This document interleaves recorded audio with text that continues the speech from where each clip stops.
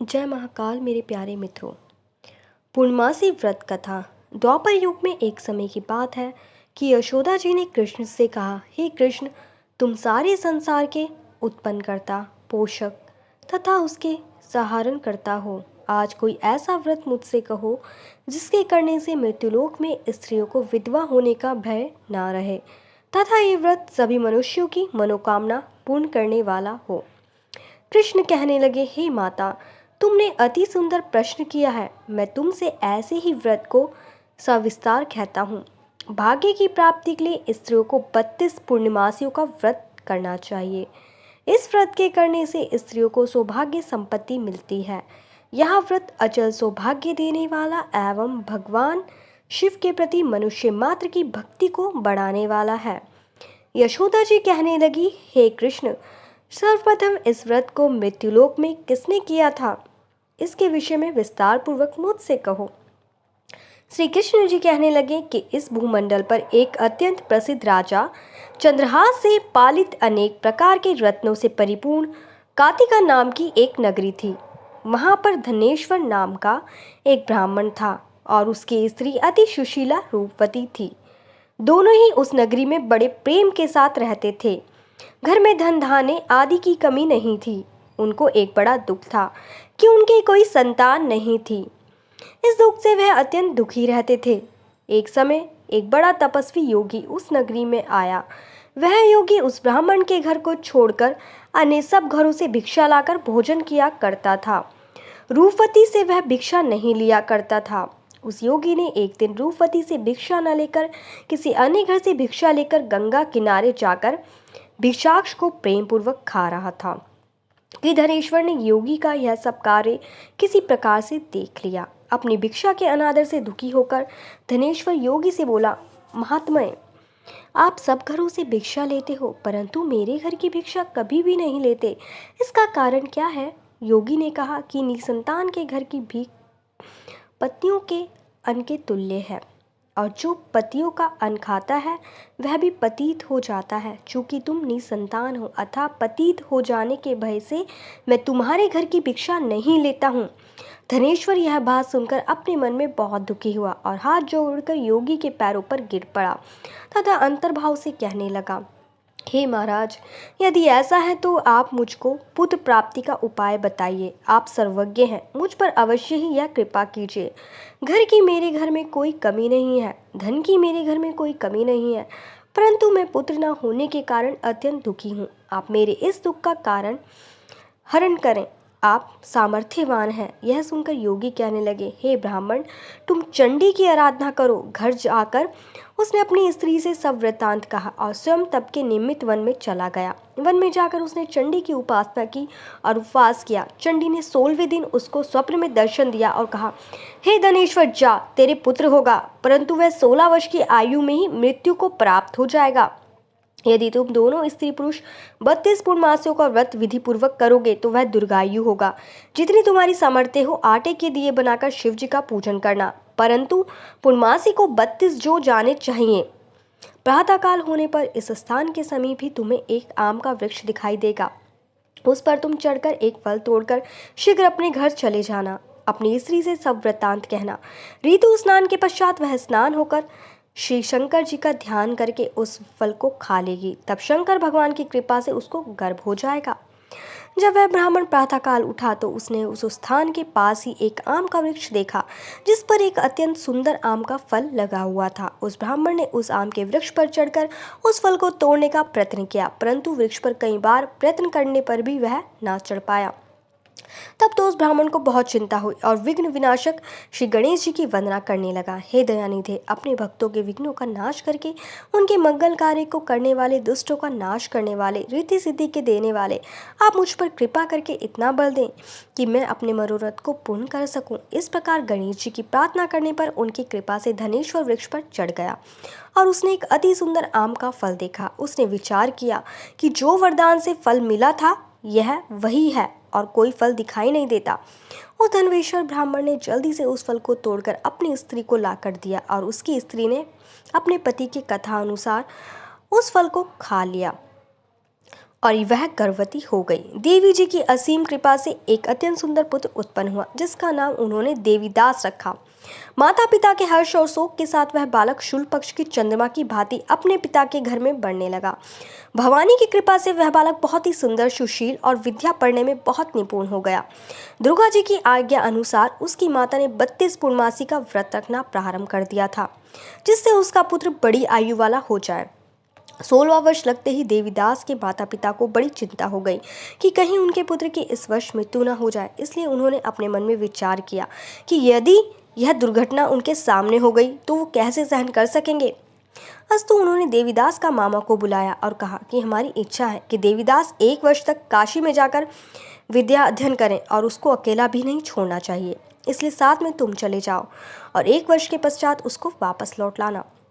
सब प्रबंध करके उसके माता पिता ने काशी जाने के लिए देवीदास को एक घोड़े पर बिठाकर उसके मामा को उसके साथ कर दिया, किंतु यह बात उसके मामा या किसी और से नहीं की। धनेश्वर ने सपलीक अपने पुत्र की मंगल कामना तथा दीर्घायु के लिए भगवती दुर्गा की आराधना और पूर्णमासियों का व्रत करना आरंभ किया। इस प्रकार बराबर 32 पूर्णमासी का व्रत पूरा किया। कुछ समय पश्चात एक दिन वह दोनों मामा और भांजा मार्ग में रात्रि बिताने के लिए किसी ग्राम में ठहरे हुए थे। उस दिन उस गांव में एक ब्राह्मण की अत्यंत सुंदरी, सुशीला, विदुषी और गुणवती कन्या का विवाह होने वाला था। जिस धर्मशाला के अंदर वह वर की उसकी बारात ठहरी हुई थी, उसी धर्मशाला में देवीदास और उसके मामा भी ठहरे हुए थे। संयोगवश कन्या को तेल आदि चढ़ाकर मंडप आदि का कृत्य किया गया तो लग्न के समय वर को धनुवार्थ हो गया। अस्तु वर के पिता ने अपने कुटुंबियों में परामर्श करके निश्चय किया कि यह देवीदास मेरे पुत्र जैसा ही सुंदर है, मैं इसके साथ ही लग्न करा दूं और बाद में विवाह के अन्य कार्य मेरे लड़के के साथ हो जाएंगे। ऐसा सोचकर देवीदास की मामा से जाकर बोला कि तुम थोड़ी देर के लिए अपने भांजे को हमें दे दो, जिससे विवाह के लग्न का सब कृत्य सुचारू रूप से हो सके। तब उसका मामा कहने लगा कि जो कुछ भी मधुपर्क आदि कन्यादान के समय वर को मिले वह सब हमें दे दिया जाए, तो मेरा भांजा इस बारात का दूल्हा बन जाएगा। यह बात वर के पिता ने स्वीकार कर लेने पर उसने अपना भांजा वर बनने भेज दिया और उसके साथ सब विवाह कार्य रात्रि में विधिपूर्वक संपन्न हो गया। पत्नी के साथ वह भोजन ना कर सका और अपने मन में सोचने लगा कि ना जाने यह स्त्री होगी। वह एकांत में इसी सोच में गर्म निश्वास छोड़ने लगा तथा उसकी आंखों में आंसू भी आ गए। तब वधू ने पूछा, क्या बात है, आप इतने उदासीन व दुखी क्यों हो रहे हो? तब उसने सब बातें जो वर के पिता व उसके मामा में हुई उसको बतला दी। तब कन्या कहने लगी, यह भ्रम विवाह के विपरीत हो कैसे सकता है? देव, ब्राह्मण और अग्नि के सामने मैंने आपको ही अपना पति बनाया है, इसलिए आप ही मेरे पति हैं। मैं आपकी ही पत्नी रहूंगी, किसी अन्य की कदापि नहीं। तब देवीदास ने कहा, ऐसा मत करिए, क्योंकि मेरी आयु बहुत थोड़ी है। मेरे पश्चात आपकी क्या गति होगी, इन बातों को अच्छी तरह विचार लो। परंतु वह दृढ़ विचार वाली थी, बोली कि जो आपकी गति होगी वही मेरी गति होगी। हे स्वामी, आप उठिए और भोजन करिए, आप निश्चय ही भूखे होंगे। इसके बाद देवीदास और उसकी पत्नी दोनों ने भोजन किया तथा शेष रात्रि वे सोते रहे। प्रातःकाल देवीदास ने अपनी पत्नी को 3 नगों से जड़ी हुई एक अंगूठी दी, एक रुमाल दिया और बोला, हे प्रिय, इसे लो और संकेत समझकर स्थिरचित्त हो जाओ। मेरा मरण और जीवन जानने के लिए एक पुष्ट वाटिका बना लो, उसमें सुगंधी वाली एक नव मल्लिका लगा लो, उसको प्रतिदिन जल से सींचा करो और आनंद के साथ खेलो कूदो तथा उत्सव मनाओ। जिस समय और जिस दिन मेरा प्रणांत होगा ये फूल सूख जाएंगे और जब ये फिर हरे हो जाएं तो जान लेना कि मैं जीवित हूँ। यह बात निश्चय करके समझ लेना, इसमें कोई संशय नहीं है। यह समझाकर वह चला गया। प्रातःकाल होते ही वह पर गाजे बाजे बजने लगे और जिस समय विवाह के कार्य समाप्त करने के लिए वर तथा सब बाराती मंडप में आए तो वे कन्या वे घर वर को भली प्रकार से देखकर अपने पिता से कहा, यह मेरा पति नहीं है, मेरा पति वही है जिसके साथ रात्रि में मेरा पति ग्रहण हुआ था, इसके साथ मेरा विवाह नहीं हुआ था। यदि वह वही है तो बताएं कि मैंने उसको क्या दिया। मधुपर्क और कन्यादान के समय जो मैंने भूषण आदि दिए थे उन्हें दिखाए तथा रात में मैंने क्या गुप्त बातें कही थी वह सब सुनाए। पिता ने उसके कथानुसार वर को बुलवाया। कन्या की यह सब बातें सुनकर वह कहने लगा कि मैं कुछ नहीं जानता। इसके पश्चात लज्जित होकर वह अपना सा मुंह लेकर चला गया और सारी बारात भी अपमानित होकर वहां से लौट गई। भगवान श्री कृष्ण बोले, हे माता, इस प्रकार देवीदास काशी विद्या अध्ययन के लिए चला गया। जब कुछ समय बीत गया तो काल से प्रेरित होकर एक सर्प रात्रि के समय उसको डसने के लिए वहां पर आया। उस विषघर के प्रभाव से उसके शयन का स्थान चारों ओर से विष की ज्वाला से विषैला हो गया। परंतु व्रतराज से प्रभाव से उसको काटने ना पाया, क्योंकि पहले ही उसकी माता ने 32 पूर्णिमा का व्रत कर रखा था। उसके बाद मध्याह्न के समय स्वयं काल वहां पर आया और उसके शरीर से उसके प्राणों को निकालने का प्रयत्न करने लगा, जिससे वह मूर्छित होकर पृथ्वी पर गिर पड़ा। भगवान की कृपा से उसी समय पार्वती जी के साथ श्री शंकर जी वहां आ गए। उसको मूर्छित दशा में देखकर पार्वती जी ने भगवान शंकर से प्रार्थना की, हे महाराज, इस बालक की माता ने पहले ही 32 पूर्णिमा का व्रत किया था, जिसके प्रभाव से भगवान आप उसके प्राण दान दे। भवानी के कहने पर भक्त वत्सल्य भगवान श्री शिव जी ने उसको प्राण दान दे दिया। इस व्रत के प्रभाव से काल को भी पीछे हटना पड़ा और देवीदास स्वस्थ होकर बैठ गया। उधर उसकी स्त्री उसके काल की प्रतीक्षा किया करती थी। जब उसने देखा कि उस पुष्प वाटिका में पत्र पुष्प कुछ भी नहीं रहे, उसको अत्यंत आश्चर्य हुआ और वह वैसे ही हरी भरी हो गई, तो वह जान गई कि वह जीवित हो गए। यह देखकर वह बहुत प्रसन्न हुई और अपने पिता के कहने लगी कि पिताजी, मेरे पति जीवित हैं, आप उनको ढूंढिए। जब 16वां वर्ष व्यतीत हो गया तो देवीदास भी अपने मामा के साथ काशी चल दिए। इधर उसे ससुर उसको ढूंढने के लिए अपने घर से जाने वाले ही थे। वह दोनों मामा भांजा वहां पर आ गए। उसको आया देखकर उसका ससुर बड़ी प्रसन्नता के साथ अपने घर ले आया।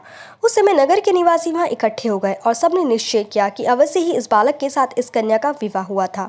उस बालक को जब कन्या ने देखा तो पहचान लिया और कहा, यह तो वही है जो संकेत करके गया था। तदुपरांत सभी कहने लगे कि भला हुआ जो यह आ गया, और सब नगरवासियों ने आनंद मनाया। कुछ दिन बाद देवीदास अपनी पत्नी और मामा के साथ अपने ससुर के घर बहुत सा उपहार आदि लेकर अपने घर के लिए प्रस्थान किया। जब वह अपने गांव के निकट आ गया तो कई लोगों ने उसको देखकर उसके माता पिता को पहले ही जाकर खबर दे दी कि तुम्हारा पुत्र देवीदास अपनी पत्नी और मामा के साथ आ रहा है। ऐसा समाचार सुनकर पहले तो उन्हें विश्वास नहीं हुआ, किंतु जब और लोगों ने भी आकर उनकी बात का समर्थन किया तो उनको बड़ा आश्चर्य हुआ। लेकिन थोड़ी देर में देवीदास ने आकर अपने माता पिता के चरणों में अपना सिर रखकर प्रणाम किया और उसकी पत्नी ने अपने सास ससुर के चरणों को स्पर्श किया तो माता पिता ने अपने पुत्र और पुत्रवधू को अपने हृदय से लगा लिया और दोनों की आंखों में प्रेमाश्रु भर चले। अपने पुत्र और पुत्रवधू के आने की खुशी में धनेश्वर ने बड़ा भारी उत्सव बनाया और ब्राह्मणों को भी बहुत सी दान दक्षिणा देकर प्रसन्न किया। श्री कृष्ण जी के कहने लगे, इस प्रकार धनेश्वर 32 पूर्णिमा को व्रत के प्रभाव से पुत्रवान हो गया। जो भी स्त्रियां इस व्रत को करती हैं वे जन्म जन्मांतर में वैधव्य का दुख नहीं भोगती और सदैव सौभाग्यवती रहती हैं। यह मेरा वचन है, इसमें कोई संदेह नहीं मानना। यह व्रत पुत्र प्रोत को देने वाला तथा संपूर्ण मनोकामनाओं को पूर्ण करने वाला है। 32 पूर्णिमाओं के व्रत करने से व्रती की सब इच्छाएं भगवान शिव जी की कृपा से पूरी हो जाती है। जय महाकाल दोस्तों, मेरे चैनल को लाइक और सब्सक्राइब करना बिल्कुल ना भूलें। जय महाकाल मेरे प्यारे मित्रों। पूर्णिमा व्रत पूजन विधि। हमारे धर्म शास्त्रों में बताया गया है कि पूर्णिमा तिथि को किसी पवित्र नदी में स्नान करना शुभ होता है। अगर आप किसी नदी में स्नान नहीं कर सकते हैं तो अपने नहाने के पानी में थोड़ा सा गंगा जल मिलाकर घर पर भी स्नान कर सकते हैं। पूर्णिमा तिथि पर पितृतर्पण करना भी बहुत शुभ माना जाता है। पूर्णिमा के दिन प्रातःकाल स्नान करने के पश्चात संकल्प लेकर पूरे विधि विधान से चंद्रदेव की पूजा अर्चना करें। चंद्रमा की पूजा करते समय नीचे दिए गए मंत्र का जाप करें। ओम सोम सोमाय नमः। ओम सोम सोमाय नमः। भगवान शिव को चंद्रमा अत्यंत प्रिय है। चंद्रमा भगवान शिव की जटाओं में विराजमान रहते हैं, इसलिए पूर्णिमा के दिन चंद्रमा की पूजा के साथ साथ भगवान शिव की पूजा करने से मनचाहे फलों की प्राप्ति होती है। चंद्रमा एक स्त्री प्रधान ग्रह है, इसलिए जय महाकाल मेरे प्यारे मित्रों। पूर्णिमा व्रत के लाभ। अगर आप मानसिक कष्टों से मुक्ति पाना चाहते हैं तो पूर्णिमा का व्रत अवश्य करें। पूर्णिमा व्रत करने से पारिवारिक कलह और अशांति दूर हो जाती है। जिन व्यक्तियों की कुंडली में चंद्र ग्रह पीड़ित और दूषित है और इस ग्रह की वजह से जीवन में बहुत समस्याएं आ रही है, उन्हें पूर्णिमा व्रत अवश्य करना चाहिए। पूर्णिमा के दिन शिवलिंग पर शहद, कच्चा दूध, बेलपत्र, शमी पत्र अर्पित करने से भगवान शिव की कृपा प्राप्त होती है और सभी प्रकार की बीमारियों से मुक्ति मिलती है। जो लोग अकारण डरते हैं या मानसिक चिंता से ग्रसित रहते हैं, उन्हें पूर्णमासी व्रत अवश्य करना चाहिए। लंबा और प्रेम भरा वैवाहिक जीवन व्यतीत करने के लिए भी पूर्णिमा व्रत करना बहुत शुभ माना जाता है। जय महाकाल मेरे प्यारे मित्रों।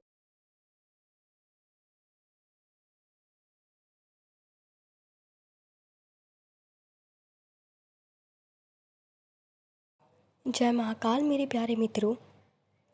पूर्णिमा व्रत पूजन विधि। हमारे धर्म शास्त्रों में बताया गया है कि पूर्णिमा तिथि को किसी पवित्र नदी में स्नान करना शुभ होता है।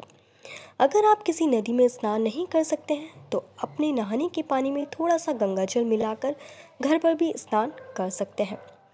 पूर्णिमा तिथि पर पितृतर्पण करना भी बहुत शुभ माना जाता है। पूर्णिमा के दिन प्रातःकाल स्नान करने के पश्चात संकल्प लेकर पूरे विधि विधान से चंद्रदेव की पूजा अर्चना करें।